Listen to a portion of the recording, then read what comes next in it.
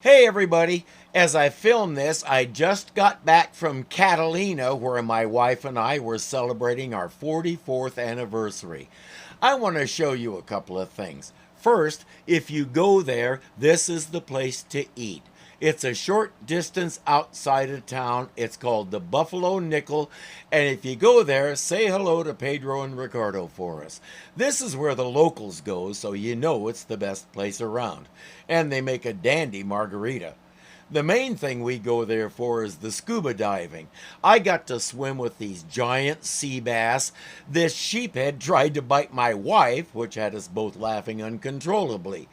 But the most amazing thing that happened, and it's relevant to us, I found Fluffy. He was hanging out a few feet away from the entry steps, but he must have eaten recently because he wasn't trying to grab anybody.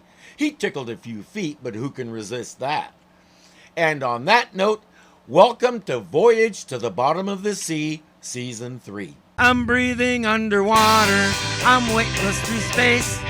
I'm soaring like an eagle all over this place. Creatures most will never see are waiting there to look at me, and all I gotta do is breathe underwater. The first thing you should know is, if you have the DVD set that I have, this first episode of the season is on disc 3. The first track of disc 1 is episode 7. I don't know why, but I went hunting for the first 6 episodes so you don't have to. The Seaview is investigating a communication interruption. They're still trying to figure out what's causing it. Fantastic. The closer we get, the more these readings resemble human brainwaves.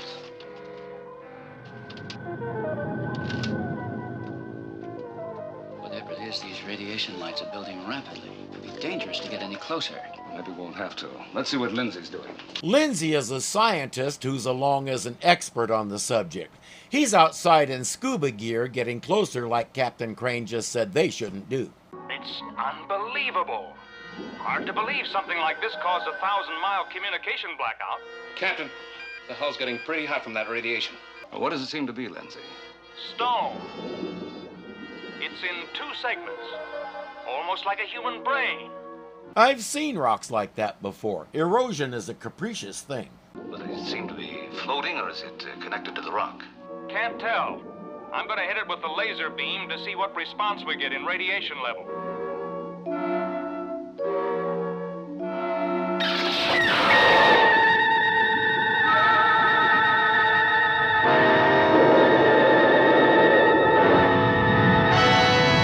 Guess what? It hits back. Both you and the horse you rode in on. But it's not done with Lindsay.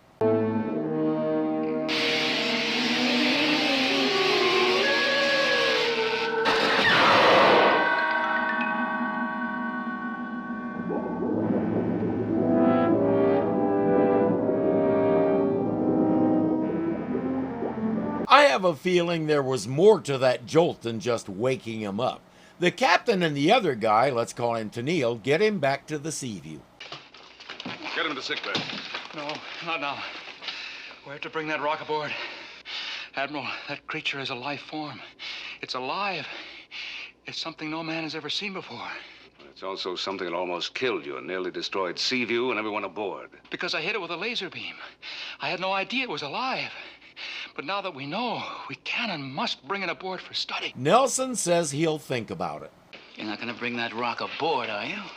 Look, we're here investigating a communications blackout for the Navy. If that rock is the cause, we have to find out how and why. But we've already seen how dangerous it is. Why don't we just destroy it? Because if it turns out to be a form of life, it could be a phenomenal discovery. Crane is thinking, discover this. It knocked my sub around like a toy. But how could we possibly... And if it's a life form, we can control it with drugs. Then we'll build some kind of shielding against the radiation. Meanwhile, let's check our instrumentation, see how our friend is doing out there. Crane doesn't have quite as much scientific curiosity as Nelson does, so if I'm in his place, I'm saying figure out how to communicate with it remotely. Rise. Rise. Who's that? Who's talking? In the water, hide. And you still have not rised. Creature in the pit? Yes, in your words, from your mind, I learn. I speak to you alone. Alone? The others can't hear you? No, only you. Your mind is mine. You will do what I tell you. Yes, I will do what you say. Your name is now Zachary Smith, and you exist to annoy others. Who could miss the voice of everybody's favorite character on Lost in Space? The funny thing about that is, Dick Tufeld, I hope I'm saying that right, almost missed that gig because he couldn't figure out the kind of voice Irwin Allen was describing that he wanted for the robot. Wouldn't you love to have listened to that conversation? I am pure intelligence. I have no body. You will see to it I am brought aboard. Then this creature of iron and steel, this submarine, will become my body. Then I can move as men move. You can't move on your own, eh? Is that a flaw in your own design, Mr. Intelligence? And men don't move as submarines move. Men primarily move on the surface. All of Nelson's readings tell him this thing is alive, possibly even from another world. Admiral, Lindsay, you're supposed to be in sick bay. the doctor gave me a clean bill of health. Give me 3 men and the necessary equipment, and I'll have that creature aboard in 2 hours. Not without some protection against its radiation. We can devise some sort of shielding. Magnetic force would do it. Besides, you have the necessary units. The magnetic fields we were testing on our way here. Might work at that. He's nothing if not persuasive. The captain gives the okay and they bring it aboard. It's in the lab in a special containment chamber. Seems almost dormant again. That's the electromagnetic shielding. Watch what happens when I cut the power of the shield.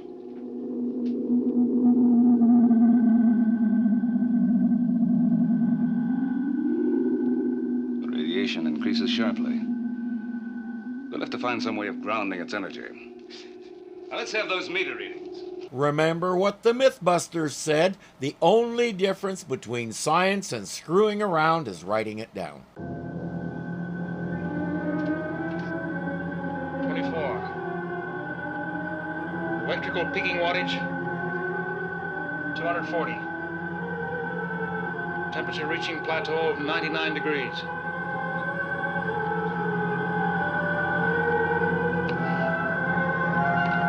Lindsay, turn up the magnetic shield.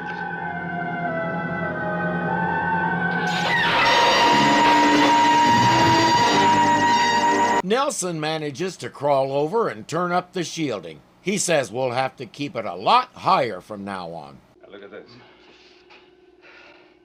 The last bit of tape on the encephalograph here shows sudden activity. It's almost as though it attacked deliberately.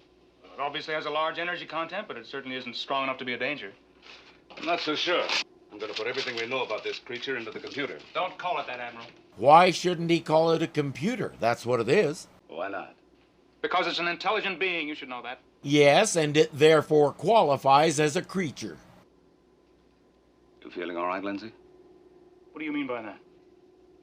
Well, you had a pretty rough time out there. Maybe you better check back into sick bay and have the doctor... There's nothing wrong with me, Nelson. He's getting more and more belligerent. Nelson is starting to wonder about him. Why don't you just go back to running this boat and let me handle these tests? Right now, I don't think you're capable of handling them. You forget I'm aboard because there's a radioactive communication blackout in this area. The Navy put me here because I'm a specialist in electronic energy. There's no one more capable than I of... What is it, Lindsay? I think he's changed his mind about sickbay. He says, go process the data. I'll wrap up a couple of things here and then go see the doc. You almost made a very bad mistake. You will have to do better in the future. You must be more efficient, less emotional. I will try. And after all, I did get you aboard. Yes, but I must control the crew. Every man on board must be my slave. It also says, others like me will be coming and every human on Earth will be our slaves. It's the advanced PR man.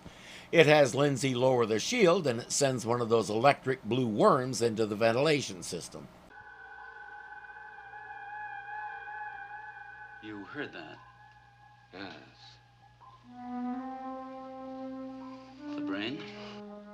Could have. Maybe telepathic. Perhaps it sent out a thought probe. If it has that power, if it did come from another planet. That's right, Lee. It could be the most important, as well as the most dangerous thing on Earth. I told you to leave it out there and find a way to talk by radio or something. Yet again, life for many people would be so much better and easier if they would just listen to me. The alien has a new assignment for Lindsay. Access the main computer circuitry. It wants to learn everything that's on the computer tapes. Actually, that's not precise. To be more exact, it wants to steal the information, then wipe the tapes clean.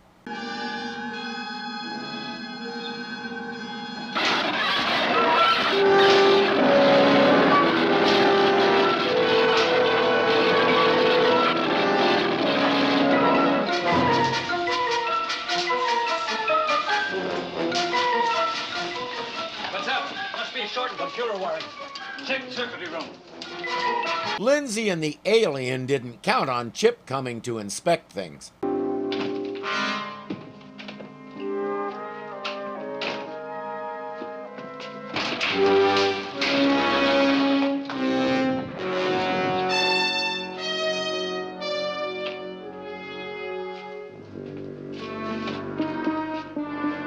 He's alive, but he's got a nice bump on his head and some nasty burns on his back. He also has no idea what happened. You got what you wanted from the computer?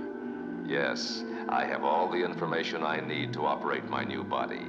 This thing of titanium you humans call a boat, a submarine. Then you're finished with me. No. Until I can build up my energy potential, I need the assistance of a human who also knows everything about this boat. Well, I don't know anything about that. But there is someone aboard who does. Yep, its next target is Captain Crane. The captain is preparing a research team to go out and investigate the place where that thing was sitting, maybe see if there's something out there that will tell them what it is, where it came from, and how to deal with it. Lindsay says, I have some items they can probably use. Let me show them to you in the lab.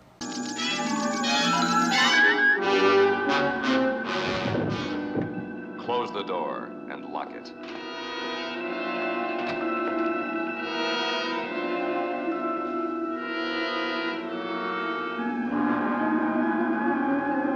Within seconds, it's in control of the captain. Good. I have learned what my power source shall be. I will make contact with the nuclear reactor. Why the reactor? For energy. If I use the reactor properly, my energy source will be unlimited. It's not wrong. It's still pretty weak, but it can draw all the energy it needs from the reactor. I guess this thing can absorb raw radiation, or does it mean it'll access the electrical power that the reactor's turbines generate? In 1966, most people didn't know how a nuclear reactor worked, so Irwin didn't feel a need to explain in detail what this thing was doing. Most of us knew there was an atomic pile or bunch of uranium, and carbon rods were used to control the reaction. And as far as most of us knew, you could just stick the thing there, attach some wires, and you had electricity. The day I read what really happens, I remember telling my parents, so nuclear power is just another kind of steam power? I was so disappointed I almost cried. Well, I can't help you with that. Why don't you release me? I told you I still had use for you. You have all the power you want. I brought Crane to you. There's nothing more I can do to help. Enough, or I will dispose of you right now. If it released you, the first thing you'd do is go blab everything to the Admiral. You think it doesn't know that? You destroy us. I feel the energy. It's swelling within me. Power will be mine. Power will be mine.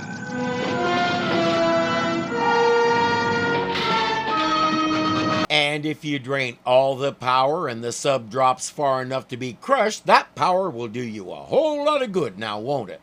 Like all would-be conquerors, dictators, and others who seek absolute power, this thing is just a little too into itself. What's going on here, Admiral?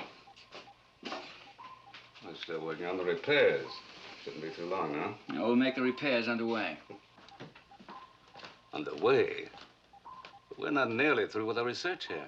After what's happened, we're more than through. We're putting back to Santa Barbara immediately. He won't hear any discussion. It's settled. He gives Chip a course in depth and says, get going. There's just one problem. 280 won't take us back to Santa Barbara, sir. We'll be heading toward Australia. Yeah, I know. Set the heading. If a 280 heading takes them toward Australia, that means they're somewhere in the South Pacific. So he's going back to Santa Barbara by way of the entire globe? Nelson's first stop will be the lab because while he doesn't know what's going on here, he has a pretty good idea what the source of it is. Yeah, the energy buildup has doubled since we brought that thing aboard. When I hit it with the laser beam, it must have been dormant. Since then, it's become, well, for want of a better word, conscious, alive. I think the word you're groping for is awake. Ever growing. Energy would naturally build up. Increase the strength of the magnetic shielding. Well, I hardly think that's necessary, Admiral. Increase it, Lindsay. Double the output.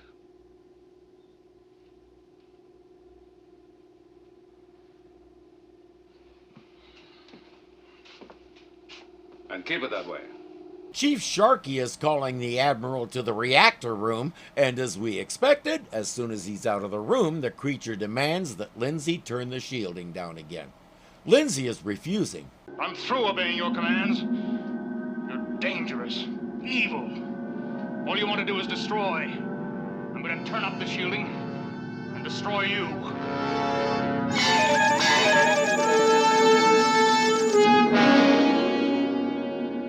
No longer can you defy me. Your will to resist is now gone. Now, not only will I destroy, but you will destroy for me. Mistake number one, don't tell the bad guy what you're gonna do, just do it. Say, okay, I'll turn it down, then you turn it up instead. But Lindsay is a scientist. He's trained to talk too much. Sharkey is reading a 15% power loss out of the reactor. The thing is, energy doesn't just disappear. It has to go somewhere. Any idea where? No, sir.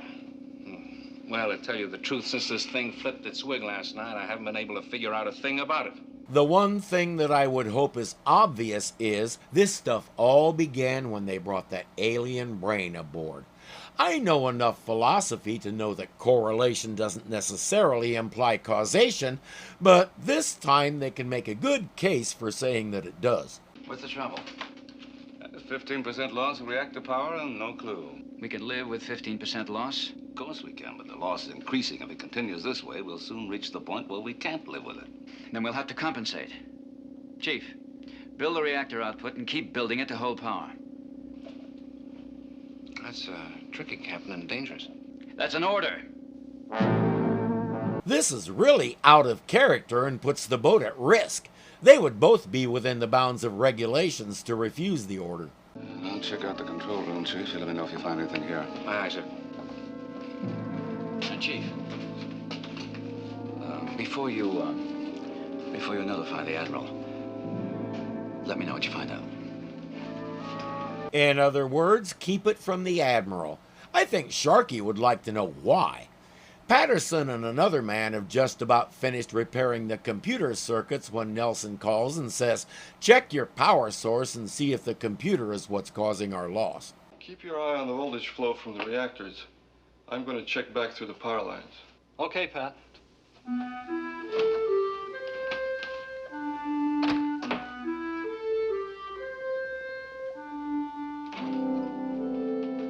Hey, pretty fast trip, Pat.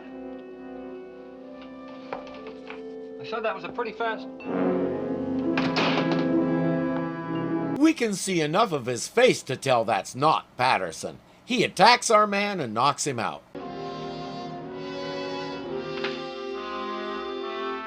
If you didn't see that coming, turn in your stripes. He's completely under the alien's control.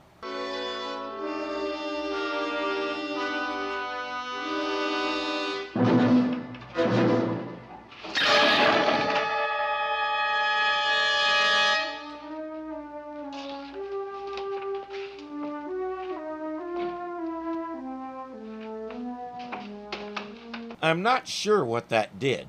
Trip, I'd like to try a change of course. Yes, sir. Change 5 degrees to 285. 5 degrees to 285. There's no response to helm. Test it yourself, Jeff. Nothing. She won't respond. Oh, that's what it did. They can't change their course, depth, speed, or anything else. They're on their way to whatever is at course 280, and if they don't like it, that's just too bad. Admiral Nelson has a theory he wants to discuss with Mr. Morton. I think Seaview has been taken over. Taken over? Now, think about it, Chip. The damage we suffered in the pit area, your so-called accident in the circuitry room, computer tapes wiped clear, loss of reactive power, controls completely malfunctioning. It builds up to a pretty strong case, but... There's more. Lindsay, Crane. Well, they're not acting normally, if that's what you mean. But maybe the strain we've all been Not under. when you tie it in with the rest. They've been taken over, too. Lindsay said that creature is pure intelligence, so it probably has the ability. What are we going to do about it?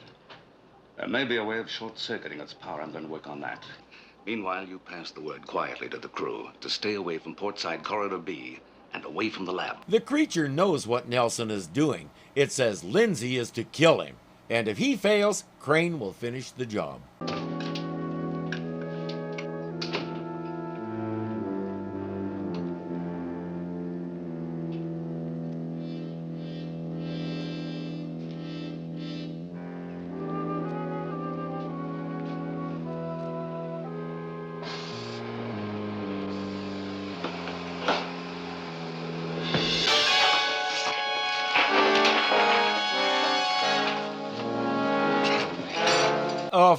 Choke chains are for dogs, Lindsay, and they shouldn't even be used on dogs. If you have to use one, your dog isn't properly trained.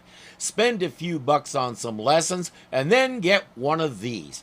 It's called an easy walk, and there are several variations on it available. The key is the leash clips on the front instead of on top or on the collar. Dogs have an instinct for pulling against things. That's why they're good at pulling sleds. They have an opposition reflex that says, oh, something's pulling, I'm going to pull back. That's why so often you see the dog taking the human for a run rather than the human taking the dog for a walk. Get yourself a harness that clips in the front because dogs are also very linear. I'm going this way. The front clip doesn't pull against him, it turns him.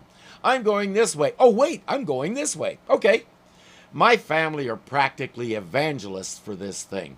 Get one and get your dog used to it, and you'll never be interested in a choke chain again. The one Lindsay is fashioning is way too small for the Admiral's neck, but I could almost get the feeling that's the idea.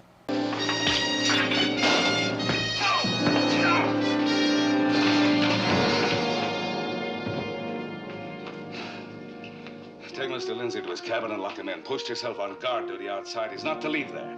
Use any amount of force necessary to carry out your orders. Lindsay failed. It's up to Captain Crane. Break away from him, Lindsay.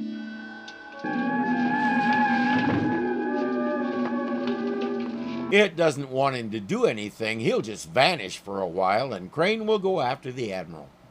Crane. Nelson is on his way to the observation nose.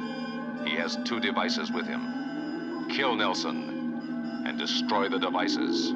The thing should have gone with Crane in the first place. He has a much more efficient method than a chain.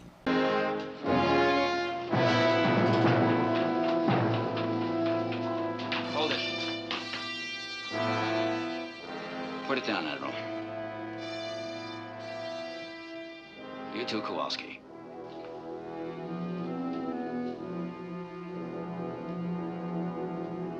Kowalski is acting like he's weighing the merits of throwing that thing at the captain, but he ultimately decides against it.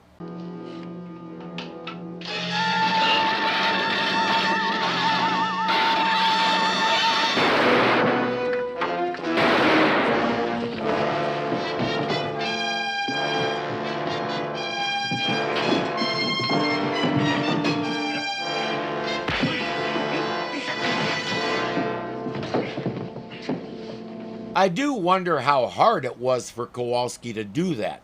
All the men admire, not to say love, Captain Crane. They look up to him as their model and they trust him completely. Having to hit him repeatedly and subdue him couldn't have been easy. What happened? What's wrong? That thing. It had you under control. Complete control. How? There's time for that later. What matters now, we have a counter probe to neutralize it.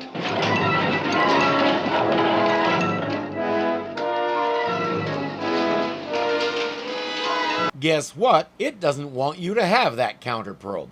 Let's go show it what the expression tough beans means.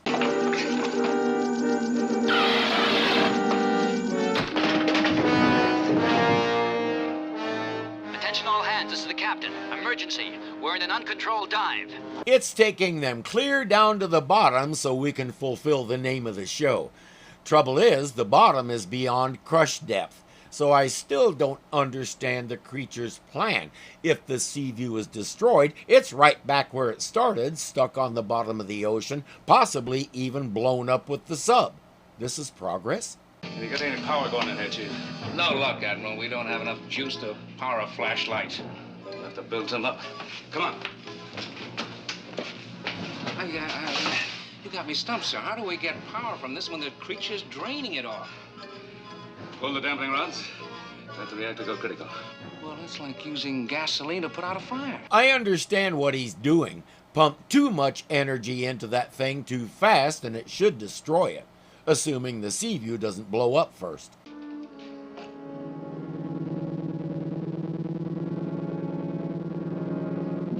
Your energy intake has almost doubled in the past few moments.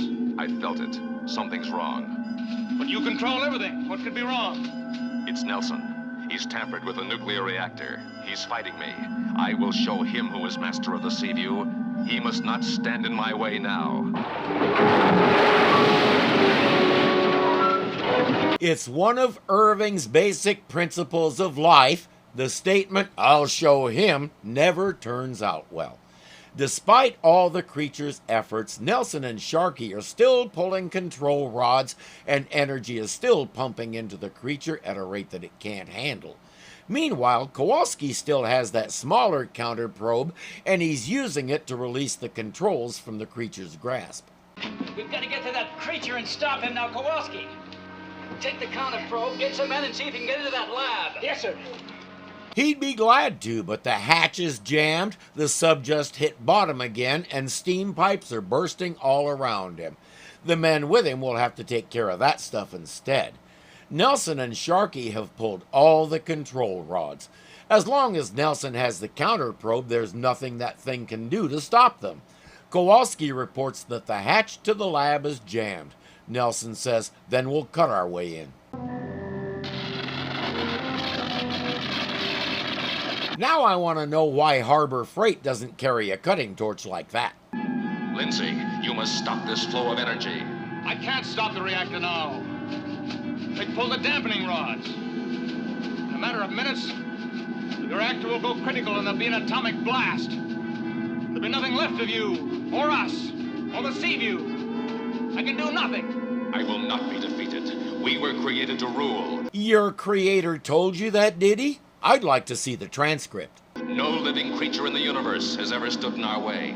The galaxies have bowed their heads to us. There must not be defeat. My boy, there's always somebody tougher than you, stronger than you, smarter than you. And there's always somebody tougher and stronger and smarter than them. Nobody is the apex of creation. It doesn't matter how many others you've subdued, there will be that one group that you can't beat. Nice to meet you. You will all die in agony. Die! Could it have done that to him any time, or did it need this massive buildup of energy first? Admiral Nelson has finished cutting through the door, and the counter probe is up and running.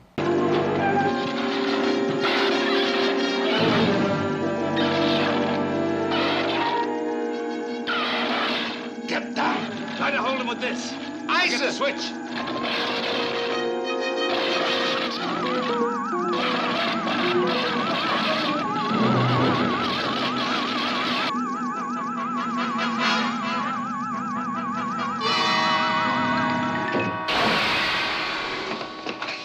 That expelled it from the sub, and it's back on the ocean floor. Now Nelson and Sharky need to call down to the reactor room and tell them to put those rods back. Quick. They're back in place, but the radiation level isn't dropping. It's not falling, Admiral. It's just holding it critical. That's no good. We got to get out of here before that thing blows sky high. But they could hold this way for hours. A blow at any second. Look. Push the reactor to full emergency. Hold for 5 seconds, then bring her back. I'm not sure what that's supposed to do, but it did it. They can get underway and hopefully get far enough away that they won't be damaged when that creature explodes. And it is going to explode. It absorbed way too much energy and there's no place for it to go. So the energy will find its own way out.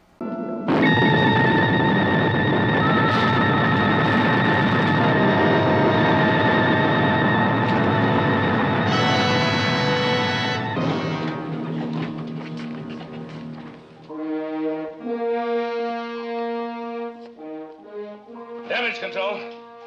Report. Several leaks, sir. We're getting them under control now. Created to rule, eh? A couple of puny humans defeat it and send it back to its creator. When its creator saw what had happened, it sighed, shook its head, and went back to the drawing board. All I gotta do is breathe underwater. Breathe underwater. Breathe underwater.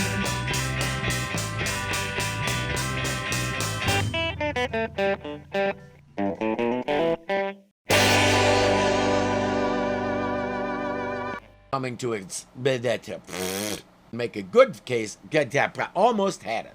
They have